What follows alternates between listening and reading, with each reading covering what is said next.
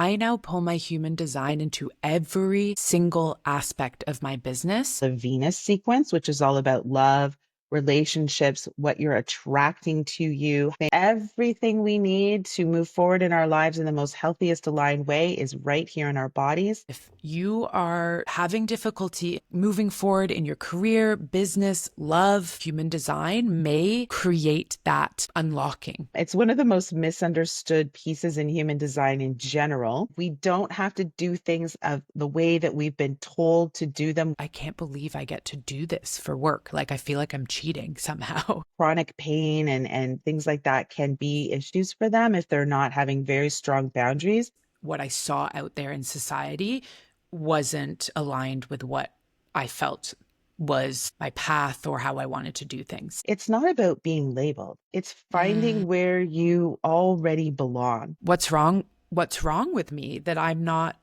satisfied or that I need something else?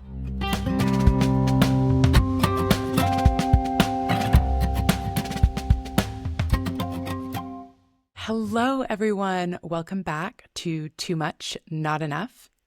I'm Hannah, your host, and I'm so excited about today's episode. It is something that has been an absolute game changer for me in not only my life, but particularly in my business as an entrepreneur.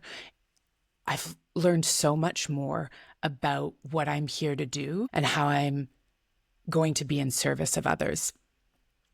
And I have a guest here today who is a friend as well as a coach, Tiffini Jacobs, who is a human design and gene keys coach and is an absolute wealth of knowledge. We have worked together a couple times now, and it has been quite literally mind-blowing, and we'll get more into that. But first, I'd love, Tiffini, if you could tell our listeners a little bit about you. Sure. Thank you so much for having me on here, Hannah. I know this is a labor of love for you, and I'm so excited to be a guest. So my name is Tiffini Jacobs. I am, like you said, a human design and gene keys coach, and that's my passion. And behind the scenes, I am a mom to a teenage daughter who is neurodivergent. It's also uncovered some neurodivergence within myself. I'm also studying to be a psychotherapist come this September with White House Psychotherapy. I'm really excited about bringing spirituality to my clients. I think it's one of those missing pieces. And I love playing baseball, and I'm a former teacher and special needs advocate as well. So thanks for having me. Totally. Just a couple things there, Tiffini, like Just a few following my passions. Once you turn 50, you got to just do the things, right? 100%. And on that note, it's been so awesome to watch your journey, especially recently, as you've really, it seems fully embraced, at least more publicly, your gifts. So for context, for our listeners, Tiffini and I met back, I think in 2022. We were both participating in a coaching program, one of Catherine Ducey's coaching programs. Tiffini did all of the participants' human design readings, which was amazing. I had already learned a little bit about my human design, but very high level. And so when you did the reading, it just brought it deeper and created dimension to the understanding. And then more recently, we connected again and went even deeper, which was amazing. And we'll talk a little bit more about that later. But understanding my human design has truly it's been the missing puzzle piece for me, I feel like. And especially on this podcast, we talk a lot about feeling too much or not enough, or the things about us that don't quite fit, or the stories that we've told ourselves about what makes us not worthy or able to keep up. And I feel very strongly that human design and understanding your personal human design and sort of what your soul came here to do essentially really changes that narrative. It gives an understanding and, more than anything, a permission slip to be the person that you really want to be deep down, but that, somewhere along the way felt like it wasn't the right thing to be doing. I think especially as myself as a projector, and we'll get more into, for those of you listening who don't have any clue what human design is or what the types are, we'll definitely dive into that momentarily. But for myself, learning I was a projector really, really unlocked some things that I was really working quite against my design.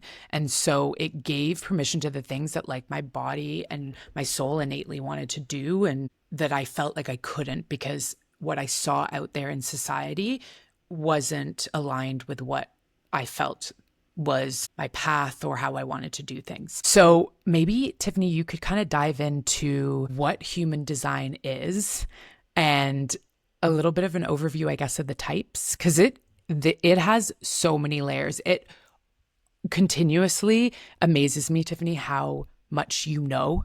And because it can be a very confusing system when you first approach it, or if you try to maybe self study it. That's why I found working with a coach is so helpful to just kind of pull the threads that need to be at the time they need to be, because it can be a bit of a like tsunami of information when you first dive in. So, on that note, do you want to share what human design is and what the types are? Sure. So, human design, the way I like to explain it, is modern day spiritual science that is grounded in four ancient sciences from our past. I believe our ancestors have tremendous knowledge that needs to be passed down. And what a beautiful way to bring them all together. So, the four sciences are the Kabbalah, the I Ching, astrology, and the chakra system. And so imagine all four of those are pretty intense as they are. And you put them all into one system and it's called human design. In my opinion, it's how we're designed to be human in this life right now as as physical beings. So behind the scenes, there's this belief system that we are here, to live this one life. We've chosen this life and we are designed to be, do, and have different things that are unique to us. It's the science of differentiation. It's how we are a unique fractal, a unique perspective in this beautiful human body that we have. So we don't want to look outside of ourselves, and what human design really kind of, as you learn it, it teaches you not to be looking outside of yourself anymore for an example of how to be. We have structure Mm-hmm. with the types, I'll get to in a second. We have the structure with the types to help you ground because we do have to ground ourselves somewhere, somehow. And we do have similarities within humanity, but the types and our different strategies and authorities, what they do is they help us understand how we're best to be aligned, how we are best to feel good in our bodies, how we are meant to connect back to our holistic being and not be living in mind body dualism any longer. We've been in that Mm-hmm. system for way too long. Descartes started it. Go back and blame him. But we're here to we're here to come back to our holistic self, mental, physical, emotional, spiritual, and see ourselves in the other and not be in an us and them society any longer. So Mm. the types are very unique to kind of ground yourself into. So there's five different types and they're constantly evolving and changing over the time. It's not like this is stagnant. A lot of people will say to me, "Oh, I don't want to be labeled and I don't like being labeled." It's not about being labeled. It's about kind of finding your home. It's Mm. finding where you already belong. And so many of us are trying to spend the first part of our lives fitting in rather than understanding we're whole to begin with, and there isn't a necessity to fit in. And we go through so much stuff about that. We'll probably get to later, but let me talk about the types to help your listeners understand. So, the generator types. We have the generators and we have the manifesting generators. These people are creative powerhouses. Their energy is open, their auras are wide open. And if their auras were to talk, they were to say, "Hey, everyone, I'm available. Come on in. Here's my energy. Go ahead and borrow it, use it." And as a projector, you tend to plug into us generator types to Yes, borrow I the do. energy. And then when you leave us, it's like, "Oh, there I am again. I was feeding off of their energy to get through my day. It's like borrowing our battery. We're meant to bring ideas to life, other people's ideas to life, because we have consistent energy in our sacral center. It's kind of like a full gas tank and it keeps us going. Our energy doesn't necessarily ebb and flow. The difference between those two, the generators are a little more linear, a little more consistent, a little more depth to their energy, while the manifesting generators are meant to pivot and change their mind and move in different ways. They zigzag and they're very fast. They're meant to not just follow a linear type way of being in the world. Then Mm. we have the projectors. Now, you are a projector. Projectors are, don't tell anyone, but they're kind of my favorite type because they have so much differentiation in their system. So they have different authorities that help them make decisions in different ways. And projectors from the the beginning, they're meant to guide. They're guides, they're leaders, they're teachers, and they see the overall picture in systems. And their auras are shaped like an arrowhead or a laser beam in front of them. And they're very gifted at kind of probing and opening people up. And if their auras were to talk, they were to say, I see you. Yep. And so 20% of society are projectors. That's starting to grow. I did a survey in my kindergarten class last year, and 65% of them were projectors. So that's not really a stat that I would put in a journal, but in my lived experience, that was incredible because it gave me evidence that more projectors are coming into the earth plane right now. And we need them desperately to take us. Their job to guide is to guide humanity from a place of self awareness and 3D living to a place of unconditional love and 5-dimensional living. And we need them so much right now. Yes. No pressure, Hannah, in your job. Listen, I love that though because again that feels just like as you say that it just feels right. There's an alignment in my soul and I sort of kind of got goosebumps in this like yeah, like that feels like home to me what you're describing about projectors, which makes total sense because I am a projector. Hmm. But anyways, keep going. I think they're Yeah. the final type, right? Yeah, so there's two more types. So there's the manifester. Oh, They're two. 9% of the population, and they are here. They're like fiery. They're here to disturb and disrupt and innovate and change. And they're meant to be at the front of the pack leading the way. So projectors are the ones see the whole picture from the top.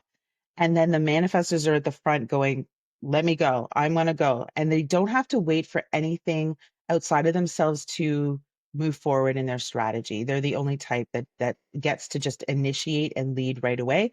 And their throat chakra is very powerful. They're meant to speak very clearly through their throat, and their aura is shaped, in my opinion, more like a fishbowl because their fiery energy, they repel people very easily. So their aura says like kind of like I repel you, and they have to get used to not being for everyone and being in their too muchness or not enoughness or whatever it might be. They have to be very comfortable with their unique ways because they're going to piss people off. And then the reflectors. The reflectors are unique, very special beings. They're also starting to come in more often. All of their energy centers are wide open. And imagine walking around like a sponge all day. They're constantly receiving energy, and they have to wait for the lunar cycle to pass through them to get all the different energy from the sky in terms of what is like landing in their body throughout the month so they can feel grounded. Yeah, they're very, very special. I feel like when I think about all the different types, to me, reflector number one feels like the one I understand the least. And also because it's such a small part of the population, I would imagine the ones I come in contact with the least. Also, maybe the trickiest one to navigate. Is that right to say? Like one, because they have such open centers and because of like what you just mentioned about the, cycle of their energy and such, it feels like maybe the trickier one.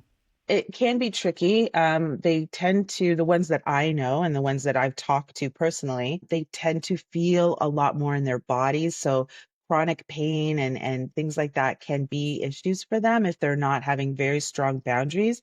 Their aura has to be imagined like a piece of Teflon in front of them because their job is to trigger people.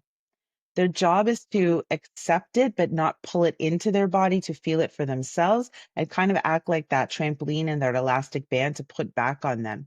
And they act like our mirrors.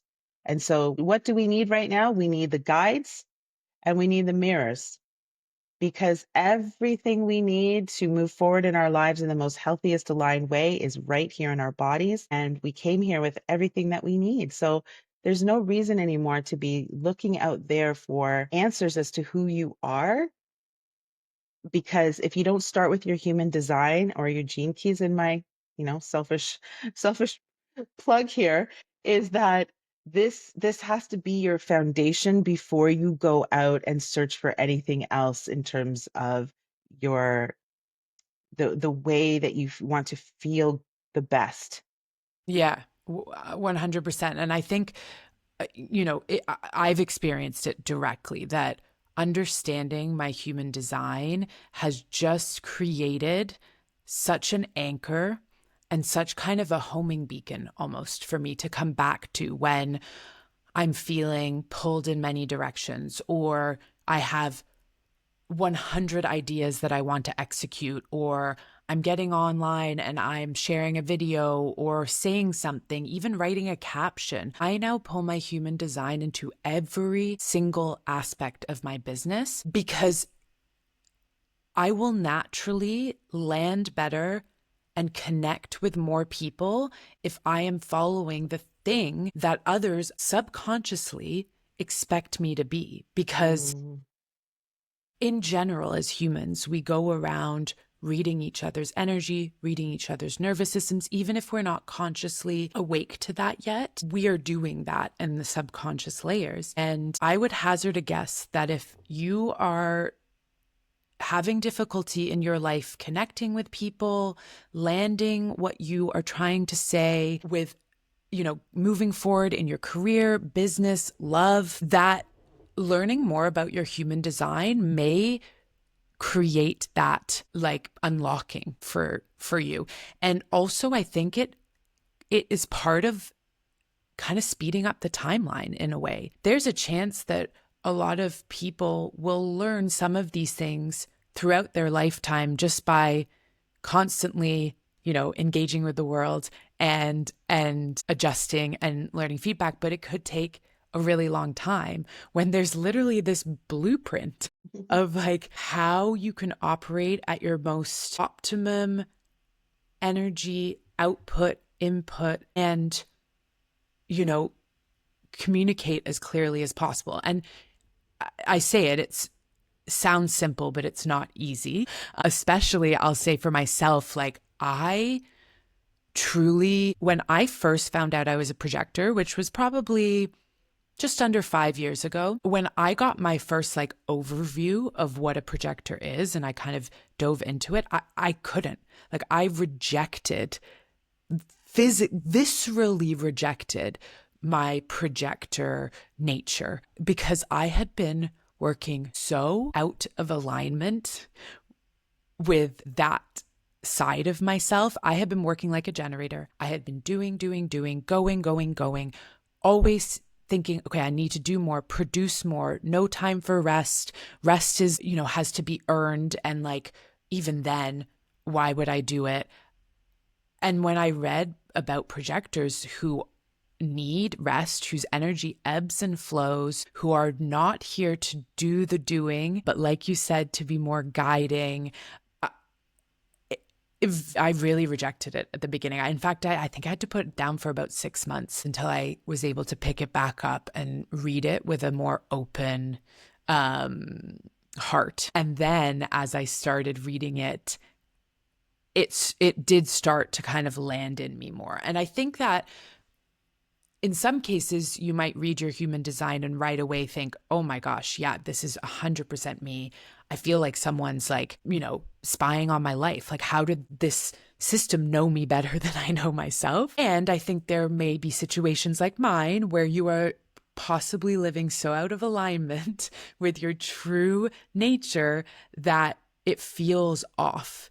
Even though there's like a knowing that it's right, it feels like I couldn't quite digest it. I couldn't process it. And then as I started reading more and more, and then aligning in my life with more of who I really was, the parts of me that I had really shoved down away tightly in dark corners, in order to be accepted in the societal structure that we are currently in, especially in work.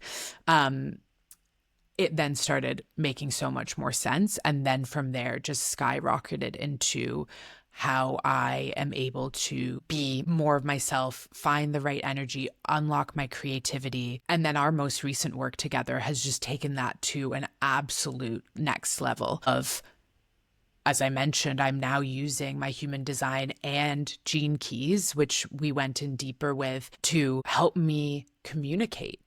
How am I refining my voice? What words even am I using that will land with people? And every time I kind of get more refined. For example, I put into ChatGPT, like, I would like to write a caption based on this. Can you help me based on my human design, to refine it? And then I read it back. I'm like, yep, that's exactly what I was trying to say. Exactly. It can be a little scary sometimes. Like it just like what I've heard you say, Hannah, number one is it's an unlearning system, right? It's a system of unlearning and it's an Mm, experiment. There's no pressure because school does such a number on us to go, there's the deadline, you got to study, get this in your brain, mm, and then pass the test, and then good. No, this is a totally different system. You're like, let's just sit in our life and enjoy it and experiment and contemplate. That's more of the gene keys, is contemplating what's happening for us. And you get to be unconscious. You get to be unconscious. You're living your life. You're going to be unconscious walking around at the grocery store and you're not going to be mm, always connected to your divine spirit all the time. You are, but consciously not. So the human design is like, it's like that, that baseball player that picks up their thing in their back pocket and reminds them of the hitter that's coming up, the outfielder that pulls the card. And it's like, oh yeah, I'm a projector. Yeah. And it helps you remember and come back to yourself mm. and not be in this comparative mindset, it's very powerful. So powerful. And for people who are listening, and this is maybe your first introduction to human design, and you're like, how do I even figure out what my design is? And then maybe you can speak to that, Tiffini, but also then, for example, I'm a 1/4 emotional projector. So there are the types, which are, what we've gone over: generator, manifesting generator, projector, manifestor, and reflector. But then there are other elements in terms of your authority, your strategy, could you talk a Yes, little bit to that? If someone came across theirs, what do those numbers mean, etc.? sure.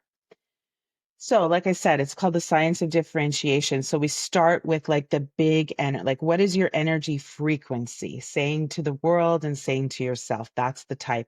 Then everyone has a strategy and authority. So the strategy is how we create opportunities. In my opinion, it's more like the feminine energy. It's how we sit back and allow life to come to us. And then the authority is about the masculine, more about the action taking, more about the moving out there and making decisions. Okay. And I don't like to have people feel that they're being pigeonholed into a certain way of being. It's just that this aligns better for you than this person. It doesn't mean you can't make a decision that's off. It just means it's more aligned to do this for you. So the strategies vary. So generators are meant to step into their response mechanism. They're meant to always know because their aura is open. Things are always coming towards them, always, because their consistent energy is pulling it in. It's like their magnet is like sucking things towards them. Their job is to preserve their energy and make sure that they say no more often and go for the hell yeses because they can be overgivers and people pleasers to the max because they're used to giving all the time. So I see a lot of generators needing a little coaching around, over giving, over analyzing, over to everything. And that's what's happening in their life. So that's their strategy. And the projector strategy is waiting for the invitation. Now, this can get very confusing It's one of the most misunderstood pieces in human design in general. And the way Mm, I like to describe it, and you've helped me actually become a better teacher in describing this to people, is that this beautiful arrow or laser beam, however you want to imagine it, in front of you, is able to probe and pick up people's energy very quickly and go in deeply with people, see them, open them up, and you have to wait for a warm environment. You have to wait mm, for a warmth from the person. It's not about sitting back and waiting for someone to pass you a wedding invitation. Like it that's too passive. It's also redefining what an invitation is for you. And that's very personal, right? So I kind of challenged some of my projector clients to go, an invitation can be a look across a crowded room. An mm, invitation can be a question, a text. It could be a nudge, like you walk past somebody and you bump shoulders by accident. It could be somebody literally going to you, "Hey, I want to work with you. When are you available?" It can be very obvious, but it also can be quite subtle.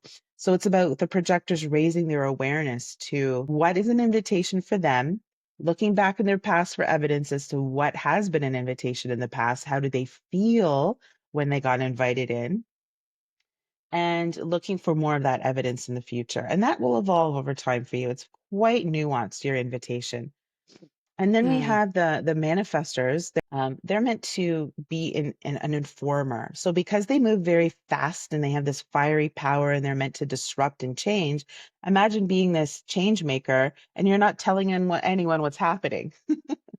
No one's knowing what's going on. So they need to inform, they need to bring things into form. There's so much stuff going on in their bodies that, and if they're leading and taking the lead, they have to tell other people what's going on and bring them into their world. And it's part of their responsibility. And then the reflectors, they're unique because that lunar cycle, so they don't have a consistent energy center in their body to depend on. So their strategy is to wait for an invitation, but also wait to be initiated.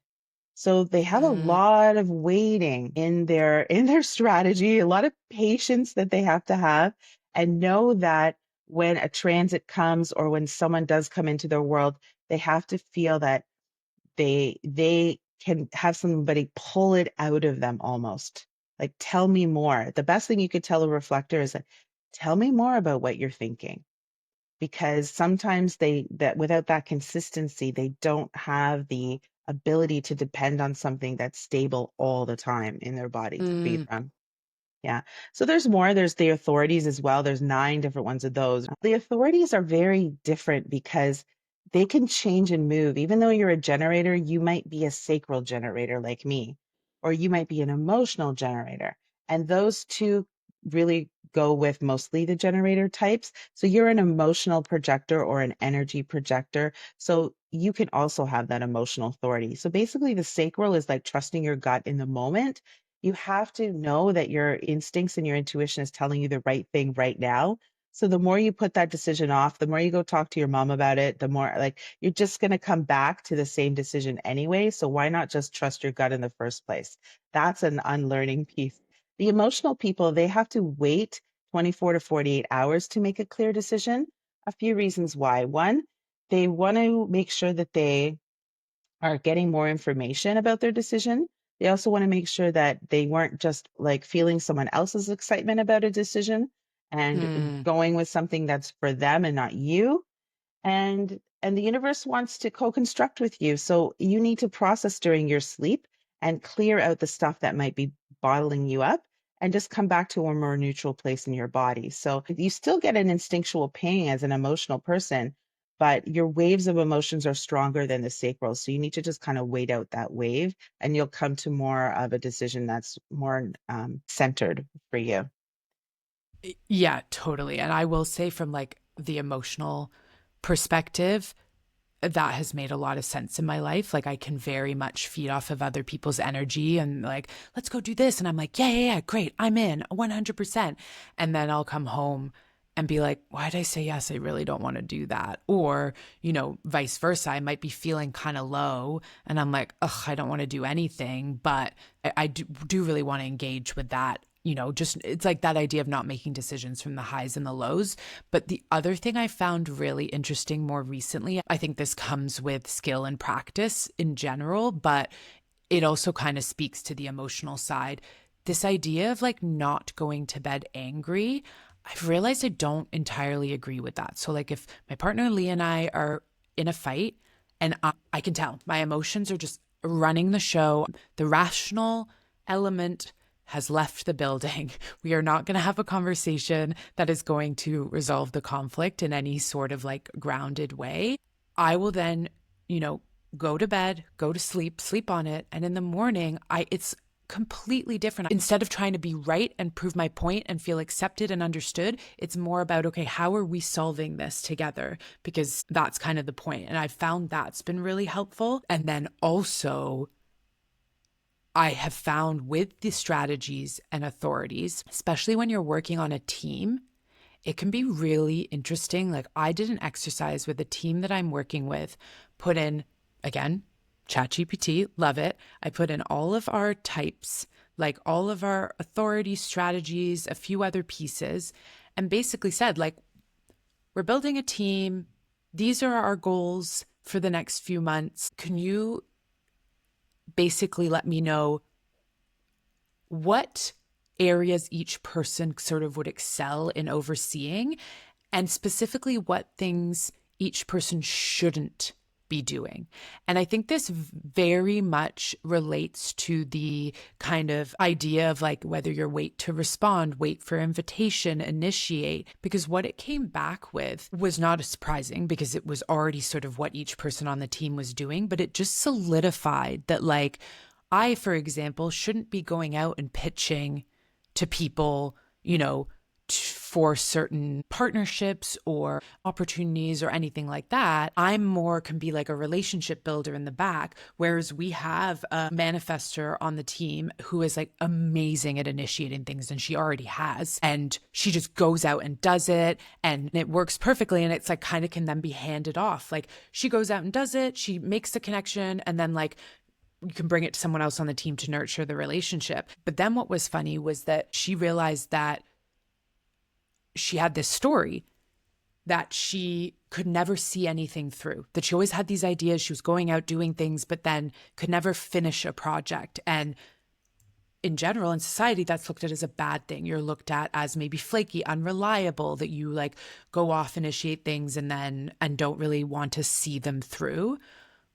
But my understanding is that as a manifester, that that's not her sitting in her authority and in her nature. She is meant to go out, initiate things, kind of lead the charge for the team, and then the rest of us are able to step in and help move that through to completion in a way. It's actually kind of beautiful. On the team we have myself as a projector, manifester, 2 generators, and a manifesting generator, which is, we're just missing a projector, but I'm sorry, a reflector, which is really nice. And actually in my family too, where 2 generators, a projector, and a manifester. I don't know how maybe that is common, but it's like all the different types. So I'd love to know, Tiffini, what drew you to human design and Gene Keys in the first place? And maybe you could explain a little bit how Gene Keys differs from human design, and what did it unlock in your own life?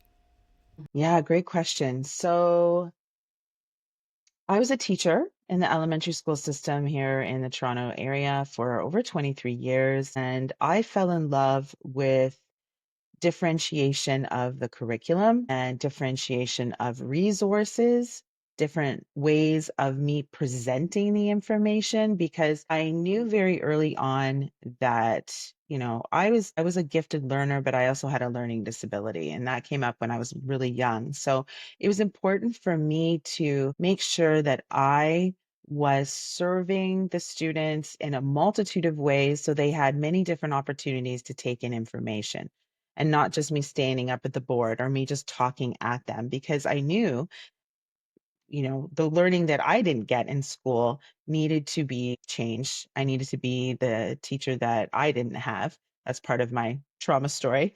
But anyway, so when I found human design, like I had my spiritual awakening in 2017. My daughter's autism diagnosis was just before that, and I just was in massive burnout trying to fix and control everything. Mm. And so my spiritual awakening came. I started studying Reiki, and then the pandemic hit, and we had some time on our hands, and I went down a rabbit hole and I found human design, or it found me, I should say. And the title of the main book that's out there is called The Science of Differentiation. And that just was like, holy F, are you telling me that I've been spending 23 years trying to control everything else outside of the self? I've been trying to manipulate and that's good. Teachers should be doing that in their classrooms, but I found that we as humans are the differentiation. Mm. We are the ones that have the unique blueprint, the body graph, the map that we need to look and be introspective and reflective and learn this. This should be curriculum in the school for parents to understand, for children to understand. And like I said, it's your foundation. And so that's what, I got two readings from somebody. I said to myself, you know what, this is hitting me. Like I found out I was a 6'3", meaning supposed to be a teacher. Like I wanted to be a teacher since I was a little girl. But now I'm starting to look at teaching as like just something that I meant to do for the masses, not just in a four walls of a classroom working for a government. Mhm. That was limiting my potential. So moving away from teaching, I let go of that last year, moving full time into this role. Human design is my role here is to, in my incarnation cross and my purpose is to move people from confinement to alignment, moving people from feeling very trapped, feeling very much in control of their lives. I say control with love, Mhm. but moving away from that and moving into surrender, acceptance, and knowing that there's no conversation in the world that has to do with proving your worth any longer.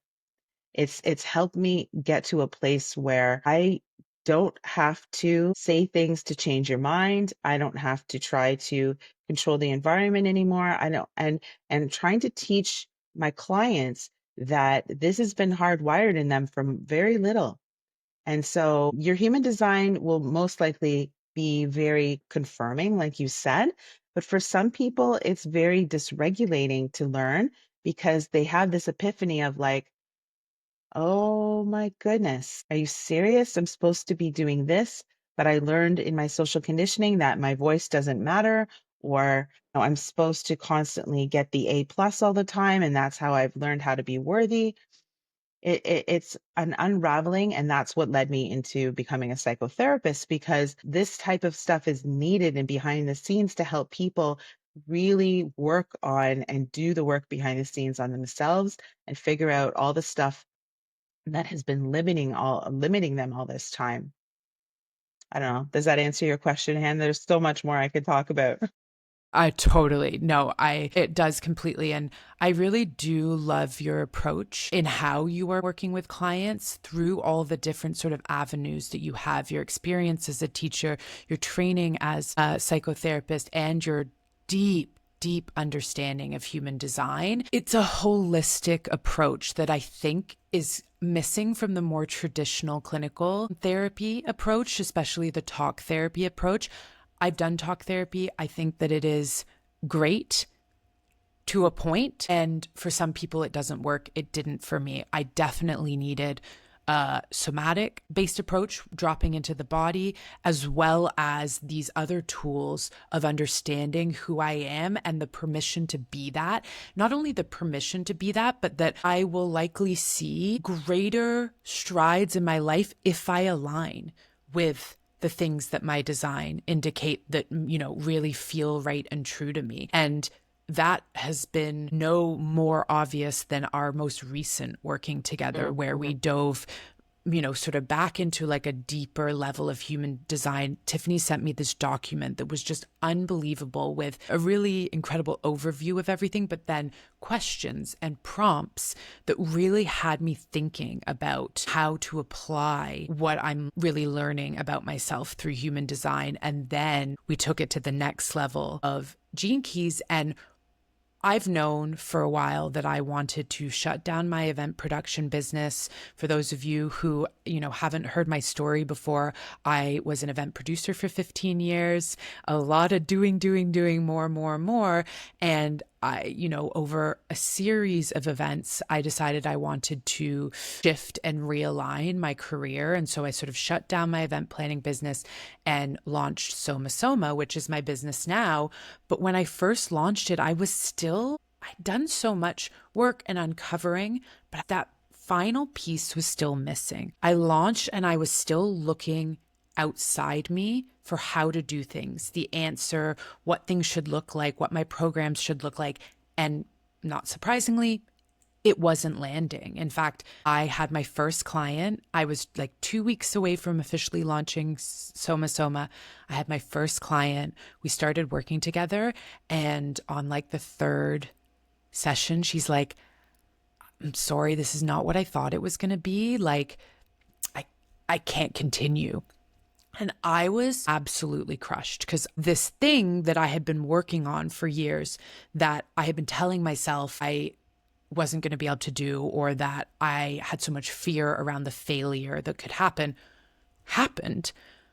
But it was also the greatest gift because it prompted me to, reach out to Catherine Ducey, who I did a one-on-one coaching container with, and then we reconnected. And it's not surprising that it didn't land for her because I wasn't being my authentic self. I was sitting here preaching about dropping into your body and, reconnecting with yourself, remembering who you were meant to be and your intuition.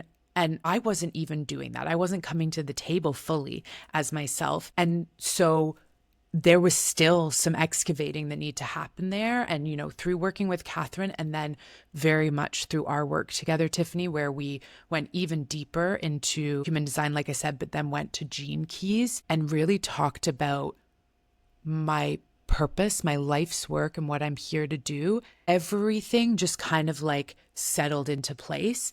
And I went from launching a business that wasn't aligned to then months of having absolutely no clue what I was going to do, feeling super overwhelmed and like I was never going to figure it out, to now feeling so aligned. I am so certain, I am so clear on what my next move is and how I'm messaging it. There's a certainty in my body I never had before. And I want to thank you for that gift. But do you want to talk a little bit about like what Gene Keys is and how it's different from human design and then sort of what we did together? Sure. Okay, so I'm hearing clarity. Clarity is your new word for certainty. That's what I'm hearing loud and clear. Mm. And so, especially with emotionally driven clients, it's that just following the next breadcrumb from that place of understanding the human design and the gene keys is so powerful, right? It's just you're just clearing the windshield wipers in your life, knowing, okay, this feels right. Next step, and not having to be stuck on how it has to look 5 years from now or 1 year from now, right? So I just wanted to mention that. So this is the way I like to explain it. I'm kind of a visual metaphor person, and it helps me process too. So human design is like a book. It's your story. It's your book. It's your structure to the book. It's the book binding. It's the book title. It's the book summary. It's the table of contents. It's your structure. Mm-hmm. And you're meant to go out and then experiment. I don't like when clients want to like consume everything in 4 weeks. They want to get everything in there. Like, that's not the way to do this, people. Okay. So you want to know everything. I gotcha, but we're going to take this over time. Understanding your human design is very important first to get your structure and your book. Then the gene keys, I would argue, is like your storyline. It's your plot. It's your climax. It's the setting.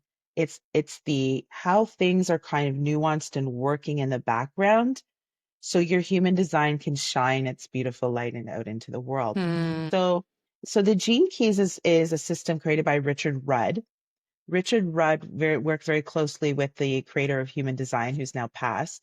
But Richard Rudd is just like the most beautiful soul, and he's created a ton of resources for us to look at. There's books, there's audios, there's even courses you can take with him. And what I've done is I've studied my own gene keys, and now it's like, wow, we need to take this human design to a next level because we want to teach people their activation sequence. So there's three parts. Let me backtrack. There's three parts. There's the activation sequence, which is also referenced as the incarnation cross in your human design. So let Mm, me let me talk about this for a second.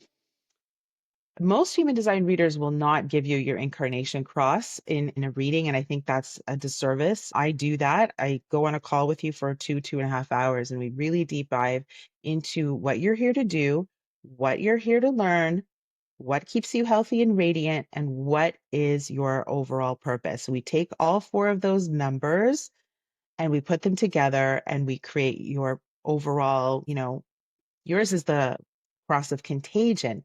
Hannah is very contagious in her energy. She pulls things towards her. She like that's like, wow, I want that one. Mine is the left angle cross of alignment. I'm here to help align people back to and move them to a new way of doing things, taking them out of the old, moving them to the new. And so mm, you have to spend some time with your incarnation cross. But when you get to the gene keys, now you take each one of those numbers of those gates, which describe parts of you, and you look at the shadow, the gift, and the city. The shadow, I would argue, is the place where you might still need some work to do. It's a place to kind of mm. contemplate and be like, let me get curious about this. Hannah's gate 14 is all about compromising herself and settling for less than. And that was a big, uncovering for you. Is like, how long do you have to talk about this, Tiffini? I could be here for hours of how I've compromised my light in the world, right? And then, Like my whole life yeah, until now. and then the gift side of that is all about feeling competent, feeling strong, feeling resourced, feeling like let's look at the resources you already have put in place, but then what resources am I being called to continue to build how I want to feel working with clients and being in relationships. So, and then the city part of a gene key. So we have the shadow, the gift, and the city. The city is all about kind of an ideal. We're not trying to get to there. We're not trying to Mm, achieve being in a city, but it's kind of like us looking, going, huh, yeah, I already kind of have little bits of that. Or it's part of the place where it's like, I want to have kind of a marker as to like what to look forward to. Is that this is possible, but I'm not meant to actually get somewhere, right? It's not achieving the A plus or it's we have to get out of that mentality. So when you understand the shadow gifts and cities of your incarnation cross or your activation sequence, it creates that grounding in your gene keys. And then you're able to get into what we call the Venus sequence, which is all about love, relationships, what you're attracting to you, how you attract things. mm. And it's looking at your inner childhood stuff that was, really settled in you when you were young that you might not be aware of. It might be in your unconscious and your subconscious. And that's where you come in with the work that you do to help people and many other different coaches out there. And so looking at each of those shadows along your developmental milestones is important because it's like new memories will come to you as you do this work and knowing how you are naturally attracting other people towards you and sitting in that. And then the work that we did together was in your pearl sequence. So the pearl sequence, I kind of came into your life and I invited Hannah. So I noticed she was going back to work with Yeah. with Catherine again and on social media. And I said, well, I worked with Hannah before. We have a rapport. Mm-hmm. Let's invite Hannah to come in and work on the gene keys because I'm launching a new program for the gene keys. I wanted to beta test it and learn about it myself and work with a client. So thank you for coming into my life to do that work. And the gene keys and the pearl sequence is all about let's look at the healing in our Venus sequence, the healing in our activation sequence. We can't be in our highest level of service and business to other people unless we do our work. We don't want to have countertransference with somebody. We don't want to be projecting our stuff on other people. Mm-hmm. And it's important. It's our part of our responsibility as coaches and practitioners to do that.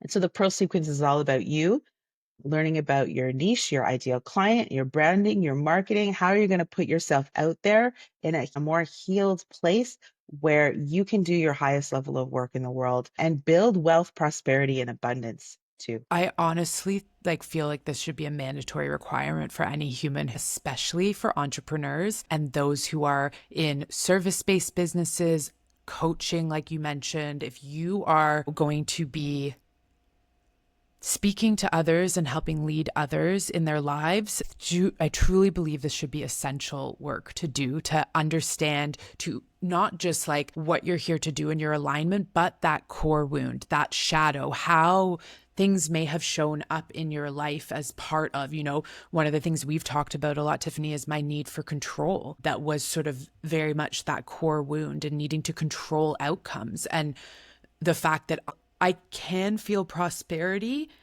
even when I'm misaligned, but it's so draining. And that spoke so much to, I did really well in my event production career. When I went out on my own and built my business over the years, I did pretty much no outbound marketing, which also kind of makes sense with the whole wait for invitation thing. But I was often reached out to either by word of mouth or by returning clients, and financially was doing very well.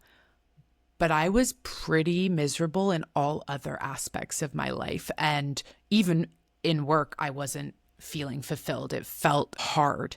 And we talked about this actually yesterday, my understanding of equating success and struggle. Like those things were so interlinked for me that I really had to do a lot of mindset work to unlink that success does not have to equal struggle. And so I was still succeeding, and there was some abundance and prosperity in my life when I was living out of alignment and when I was in my shadow previous to really working through my core wound. And so on the outside, it sort of felt like, what are you complaining about? Like, the money's coming in, you're getting really cool jobs. Like, what's wrong? What's wrong with me that I'm not satisfied or that I need something else? And it felt a little bit like greedy almost. And like, why can't you just be okay with what you have? Why are you always searching for more? Why do you need more? And I now know that that's a beautiful part of me, and it's something that I celebrate. But once I understood more about everything to do with my human design and my gene keys, it really opened my eyes that, like, especially for my design, having prosperity in all areas of my life, feeling well resourced in all areas of my life is so important, not just financially, which is really what I was focusing on. And I will say that the work I do now, I get up every day so excited. I love my days. I am not dragging my feet. I'm like, I can't believe I get to do this for work. Like, I feel like I'm cheating somehow. And I have also tapped into an energy that I never had access to before.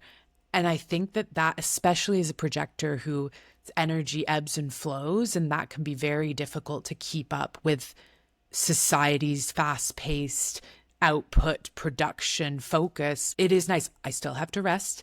And I do find when I do rest, it's wild how much of a difference it makes. Like, if I come home, like, I go to the gym every morning, I come home and I'm like, okay, I'm going to do my emails. And then I look at my to-do list and I'm like, I just feel in my body like I cannot.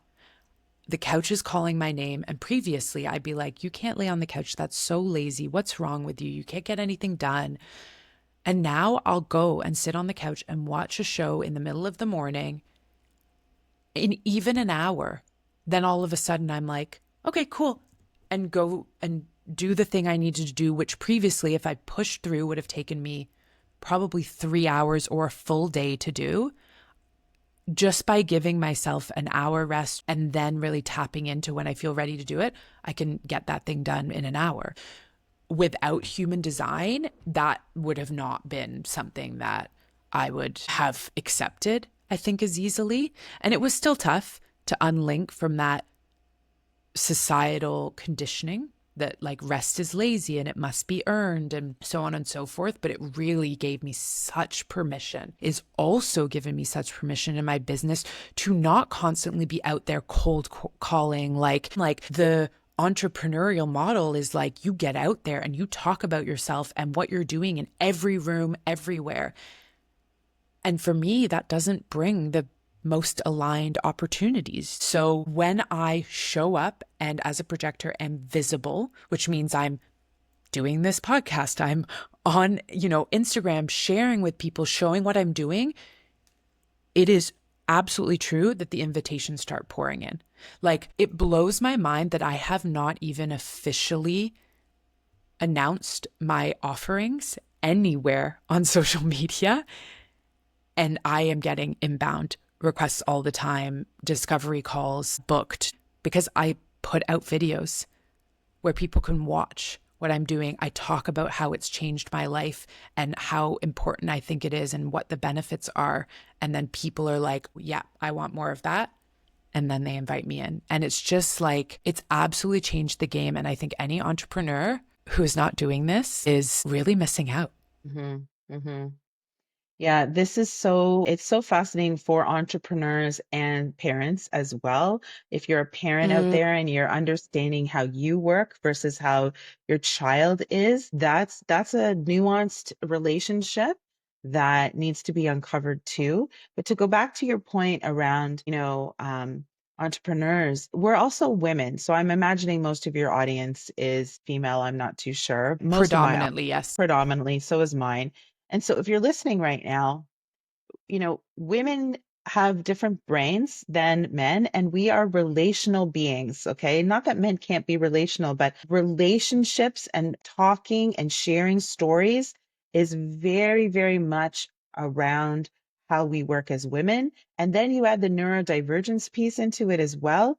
It's not just projector and generator. I don't want people to get too stuck, because sometimes when you find something out there that really confirms who you are, it can get very like, wow, I want to know anything about this right now, and I'm going to make sure I run with this. We need to slow the horse down with human design and Gene Keys, because it's an overall contemplation for the rest of your life.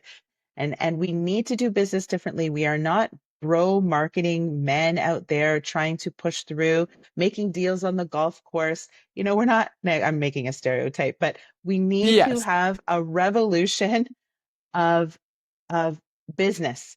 And we don't have to do things of the way that we've been told to do them. We could get to create the way we want to do business on our own terms. Yeah, 100% agree. Like, I so aligned with the fact that we need to do business differently, especially as women. I think that for so long, we've been working within a structure that is very masculine dominant in terms of energy type. I'm not like, yes, also men, but more about the energy type of masculine, not about men specifically, because Right.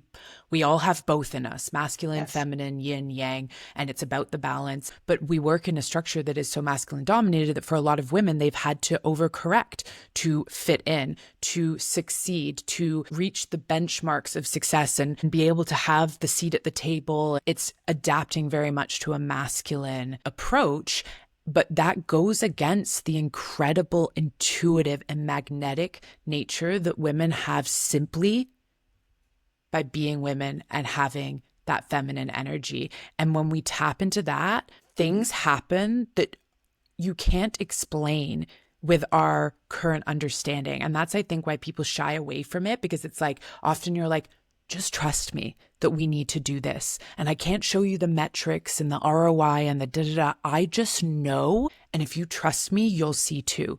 But that's very hard to explain in a, corporate setting. But I do truly believe that we are moving more there. And I'm so appreciative that people like you, Tiffini, are seeing things and doing things differently in order to provide your clients with that understanding that it's okay, that you can go off of your intuition, your understanding. The other thing I do want to say, back to what you mentioned about making sure that you're not trying to dive into all of this at once, I 100% agree. And as someone who does have ADHD, hyperfixates, loves to go down the rabbit hole, and also has a one line in my human design, which is investigator. I like to just absolutely go to the depths of the subjects I'm really interested in. I'm very glad that my understanding and learning of human design has been spread out over the years that it has, and more specifically, our work together.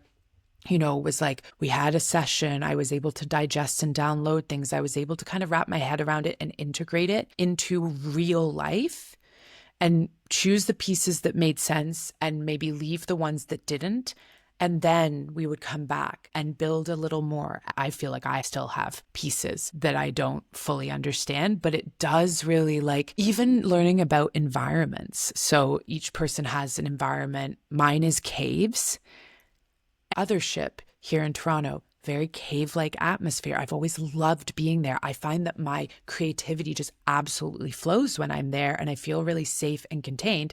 And now I have just again, a bit of that language when my mind gets into over-analyzing and being like, well, you don't have time for that, or you shouldn't prioritize that because you really should be prioritizing this. I'm able to go, no, wait a second. No, it makes sense that my body is craving these things, and that's okay to listen to that. And once I started doing that, things majorly shifted in my business. And it's not logical. Like for me to say, I get up, I go work out, and then I go to Othership and spend time there. And then maybe I don't start my day till 2 p.m. And then I do a few hours work, and I'm not pitching myself, but I am focusing on recording all day. Someone could look at that and be like, you're trying to build a business. Like, what are you doing? This does not feel very like hustly, but it's exactly what I need to be doing. Mm-hmm. And it is starting to pay off so obviously, but a former version of me would have been like, you're being lazy. You don't know what you're doing. What's wrong with you? Like, look outside of you and like take someone else's routine and what they're doing every day. And Yes. I'm just like such a believer of having the information and then testing what works for you. Yes. Testing and experimenting and trying it out, especially if anyone out there has a 3 line like me. I have to be in my experimentation and trial. And it's really helped me step away from perfectionism. And if you could add to that, every time you go to a cave-like environment, you're like dipping, when you would dip candles into the wax and then the candle would grow and grow and grow. That's exactly what's happening. You dip yourself into Othership, you spend time in caves, you get more invitations. You become this beacon of like, come work with me, come work with me, come. We're frequency, we're energy, we're Yes. not AOI metrics or whatever that is in our back end. Like that's data. I'm not saying to throw that Yeah. out the window. It's data. But if you're not doing the intuitive work in your body energetically and stepping into these places are like people. You have to invest in places as much as you are investing in people. And so this cave-like environment has now like exploded your frequency of invite me in. Invite me in. And look what happened. The other day it happened, right? Like people are just coming to you and they're inviting you in more and more because you are honoring what your design is telling you in your environments and many other things. It's so Yeah. powerful. Thank you, Tiffini. And that I loved that analogy. It's so good. The dipping of the candle, and you're just like you're building out your frequency that goes out into the world to pull things back in 100%. I mean, we could keep going forever, I know. But thank you so much for sharing your absolute breadth of knowledge here today. I know it's just the surface of what you do. And also, for anyone listening who's followed along and is feeling a bit confused, that is totally okay. Tiffini has obviously been studying human design. She is an expert in that. I've also been diving very deeply into my human design over the past, 5 years, and even more so recently. And it's taken time to learn it. But if this has piqued your interest, which I really hope it has, Tiffini, do you want to tell the listeners how they can get in contact with you, work with you, what that might look like? Sure. So if you're just coming into the world of human design right now, the best thing to do is to head to my website, which is, I spell my name a little bit differently, so I'll spell it for you. So it's TIFFINI JACOBS.com. And you can just book a free discovery call with me. It's 30 minutes. I can get your birth information. It's helpful to have your birth time, date, and place. So I can then type it into my system, get your human design chart pulled up on the call, and I can give you some really important information right there to kind of dip your toe in, get curious. And then when we hang up, I will send you a podcast all about your type. And I will then give you some sort of discount code. And I'm going to offer your audience a special discount code. It's Hannah Thank you. 20. So if you do decide to book a reading with me, it's just in my offerings in my menu on my website. You book a virtual human design reading. We do a reading over Zoom for about 2.5 hours, and that will save you $100 off my human design reading. Wow. Yeah, it's a really good deal. And you can also follow me on Instagram. So Instagram is just my name. It's TIFFINI.JACOBS. And I have lots of different content, videos, reels that you can watch on there, or DM me. I love getting DMs and just starting a conversation. I'm curious about learning about my human design, Tiffini. I heard you on Hannah's podcast. Let me share a little bit about your human design with you with no pressure. There's no pressure here. We do business differently. There's no pressure. You want to take the information and run with it and come back to me 6 months later? That's great. You do you. I love that, Tiffini. Thank you so much. Thank you for that beautifully generous discount for our listeners. Again, that's HANNAH 20 at Tiffini's website for discount on her offerings. And I just could not recommend it enough. I hope, based on listening, you have understood what a permission slip it's been and how it has really set me free. And I think set a lot of us, Tiffini, it sounds like you too, and set a lot of us free who have really started to understand it, who are feeling a little bit lost. And Tiffini is just unbelievable, like in her approach and in what she shares and how she probes and how she listens. Her active listening is so beautiful, makes you feel so safe and heard and held and understood. And I think that those are just beautiful qualities in a relationship. So thank you again, Tiffini, for your time today. I'm so, so grateful. And yeah, until next time, listeners. Thanks, Anna. Take care. The gratitude I have for every single one of you who listens to the podcast is actually immeasurable. Together, we're creating ripples that reach far beyond this moment right here. If this episode cracked something open for you or perhaps called something home, please send it to someone who might need to hear it as well. I'd love it if you could like, subscribe, and share the magic so more of us can show up unapologetically as our whole damn selves. Because I believe with every bone in my body, that's exactly what the world needs right now.